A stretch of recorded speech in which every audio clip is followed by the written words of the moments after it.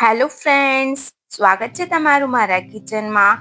મિત્રો, આજે હું તમારી સાથે ચા કે સવારના નાસ્તામાં ખાઈ શકાય એવી સરસ મજાની ભાખરીની રેસીપી શેર કરવાની છું. પણ તમે ક્યારેય સાંભળ્યું છે કે ભાખરી એ પણ તેલ કે પાણી વગર આપણે આ ભાખરીને બનાવી શકીએ છીએ? ખૂબ જ અલગ રીતે આપણે બનાવવાના છે અને આ ભાખરી છે જે ખૂબ જ લાજવાબ અને ટેસ્ટી લાગે છે. મિત્રો, નાનાથી લઈને બાળકો બધાને જ આ ભાખરી છે ખૂબ જ ભાવશે એવી આપણે રેસીપી બનાવવાના છે. મિત્રો, તો સૌથી પહેલા મેં અહીંયા આગળ એક વાડકી જે લોટ છે એ ઘઉંનો લોટ લીધેલો છે. તો ઘઉંના લોટને મેં અહીંયા આગળ ચાળી લીધેલો છે અને આ જે લોટ છે મિત્રો એ મેં એકદમ આપણે જે રોટલી માટે આપણે બનાવીએ છીએ ઝીણો લોટ છે, તો એ ઘઉંનો ઝીણા લોટનો મેં ઉપયોગ કર્યો છે. અને ઝીણા લોટથી પણ આપણે ભાખરી જે છે એકદમ સરસ ક્રિસ્પી બનાવીને તૈયાર કરીશું. એની અંદર આપણે એક ઇન્ગ્રીડિયન્ટ્સ એડ કરીશું અને એ છે સોજી. સોજી અથવા રવો તમારી પાસે જે પણ હોય એ આની અંદર એડ કરી શકો છો. તો મેં અડધી વાટકી જેટલો અહીંયા આગળ સોજી અંદર એડ કરી દીધેલો છે.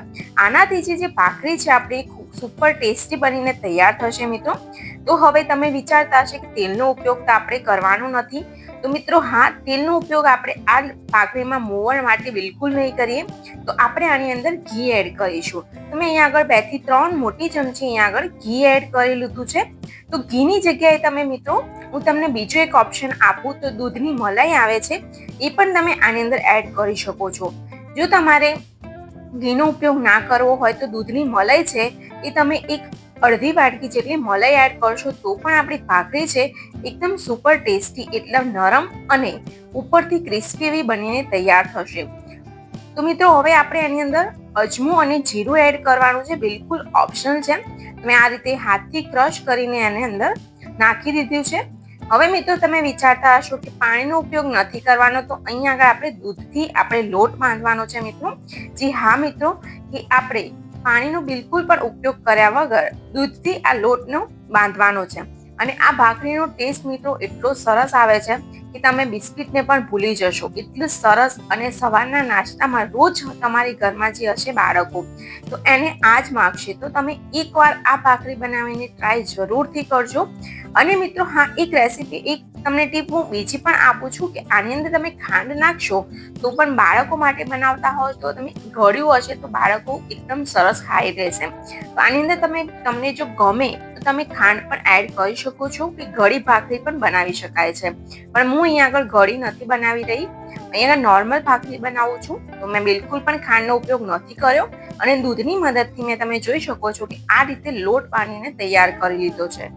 તો લોટની કન્સિસ્ટન્સી તમે જોઈ શકો છો. આ રીતે હું તમને દબાવીને બતાવું તો આ રીતે એકદમ પોચો લોટ બિલકુલ નથી બાંધવાનો, આપણે ભાખરીનો લોટ બાંધવાનો છે. એટલે થોડો કઠણ એવો જ લોટ બાંધીને તૈયાર કરીશું.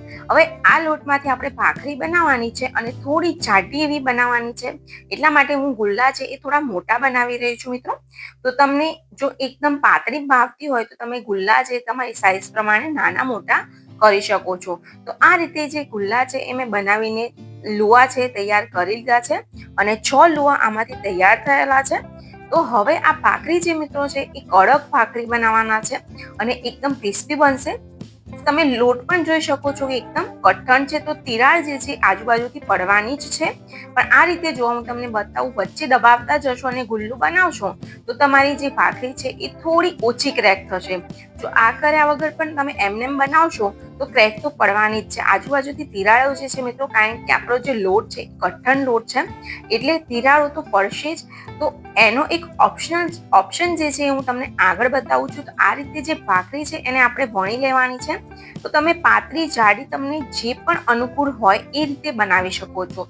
બટ તમને હું કહું તો તમે થોડી મીડિયમ જાડી રાખશો તો આ ભાખરી ખાવામાં ખૂબ જ સરસ લાગશે. બિસ્કિટ અને ખાખરાને પણ ભૂલાવી દે તેવી આ ભાખરી સરસ મજાની લાગે છે. મિત્રો, હવે આ ભાખરી છે તમે જોઈ શકો છો આજુબાજુ ક્રેક છે, તો એને દૂર કરવા માટે આ રીતનું કોઈ વાસણ મેં લીધું છે અને ધારવાળું હોય એ લેવાનું, તો તમે આસાનીથી જે છે એ તૂટી જાય.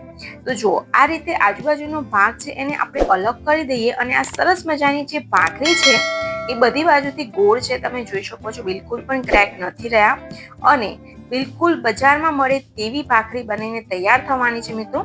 તો આ જ રીતે હું બધી જ ભાખરી બનાવીને તૈયાર કરી લઉં છું. તો આટલી ભાખરી તમે જોઈ શકો છો કે આટલા એક વાટકી લોટમાંથી બનીને તૈયાર થઈ છે.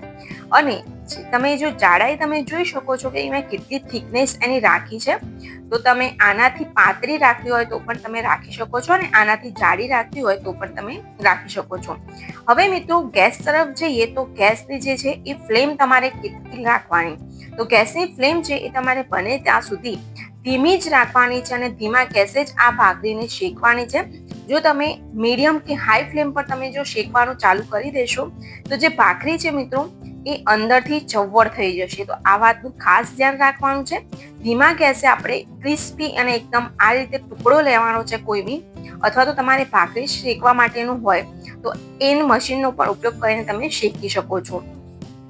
તો આ રીતે ચમચાની મદદથી તો બિલકુલ નહીં શેકવાનું. આ રીતનું કોઈ રૂમાલ હોય તમારી પાસે તો એની મદદથી જ આપણે ભાખરીને આગળ પાછળથી શેકી લેવાની છે. અને બને ત્યાં સુધી તમે મિત્રો મેં કીધું એકદમ ધીમો ગેસ રાખીને શેકવાની છે. જો હાઈ ફ્લેમ એટલે કે થોડોક પણ વધારે કરશો તો ભાખરી બળી પણ જશે અને કડક નહીં થાય અને વચ્ચેથી ચવડ થઈ જશે. તો આ વાતનું ખાસ ધ્યાન રાખવાનું છે મિત્રો. તો આ જ રીતે મેં બધી જ ભાખરીઓને શેકી લીધી છે. તો આ મેં બીજી ભાખરી શેકું છું, હું તમને બતાવું તો તમે જોઈ શકો છો એ એકદમ ધીમો ગેસ મેં રાખ્યો છે અને દબાવીને બધી બાજુથી ચારે તરફ આપણે શેકી લેવાનું છે. તો બિલકુલ ભાખરીને ફુલાડવાની નથી. તો તમારો લોટ ઢીલો હશે તો ભાખરી જે છે થોડી ફૂલશે, પણ ભાખરી છે મિત્રો ધ્યાન રાખવાનું લોટ બાંધતી વખતે કે લોટ આપણો બિલકુલ ઢીલો ના હોવો જોઈએ. તો આ રીતે ભાખરીને મેં ચારે તરફથી શેકી લીધી છે અને થોડી ગોલ્ડન બ્રાઉન થઈ જાય ત્યારે પછી આપણે ગેસ પરથી નીચે ઉતારી લેવાની છે. અને તમે ભાખરીનો કલર પણ જોઈ શકો છો, બિલકુલ બજારમાં મળે તેવી આપણી ભાખરી બનીને તૈયાર થઈ છે. તો આ જ રીતે મેં બધી જ ભાખરીને શેકીને તૈયાર કરી લીધી છે અને તમે જોઈ શકો છો બિલકુલ બિસ્કિટ જેવી આ ભાખરી બનીને તૈયાર થઈ છે. જો તમને ઘી વધારે ભાવતું હોય અને સારું લાગે તો આ ભાખરી પર ઘી લગાવવાથી ભાખરી ખૂબ જ સરસ લાગે છે. પણ તમને ઘી ના એડ કરવું હોય ઉપરથી તો પણ તમે ચાલે છે. બિસ્કિટ જેવી જ અને બિસ્કિટ કરતાં પણ હેલ્ધી અને સ્વાદિષ્ટ આ ભાખરી ઘરે બનીને તૈયાર થાય છે. તો તમે જોઈ શકો છો કે ઘી લગાવ્યા પછી પણ આપણી ભાખરી છે કેટલી સરસ બનીને તૈયાર થઈ છે. અને મિત્રો બાળકો માટે તો ખૂબ જ હેલ્ધી છે બહારના બિસ્કિટ અને બીજા કોઈ સ્નેક્સ કરતાં. અને આ ભાખરીને તમે જોઈ શકો છો બિલકુલ બજારમાં મળે તેવી આપણી ભાખરી ઘરે જ બનીને તૈયાર થઈ છે. બિલકુલ ઘી, તેલ કે પછી પાણીના મોણ વગર આપણે ઘી અને દૂધનો ઉપયોગ કરીને આ ભાખરીને બનાવી છે. તો બાળકો માટે તો ખૂબ જ હેલ્ધી છે અને તમે આને ઇવન કોઈ પણ ચટણી સાથે પણ ખાઈ શકો છો. હું તમને તોડીને બતાવું તો કેટલી સરસ મજાની ભાખરી તૈયાર થઈ છે. તો મિત્રો આને તમે લસણની ચટણી કે સવારના નાસ્તામાં કે કોઈ પણ દહીં તીખારી હોય કે બધી જ સાથે તમે અથાણા છુંદો સાથે ખાઈ શકો છો. તો આજની રેસીપી સારી લાગી હોય તો લાઈક, શેર અને સબસ્ક્રાઇબ જરૂરથી કરજો.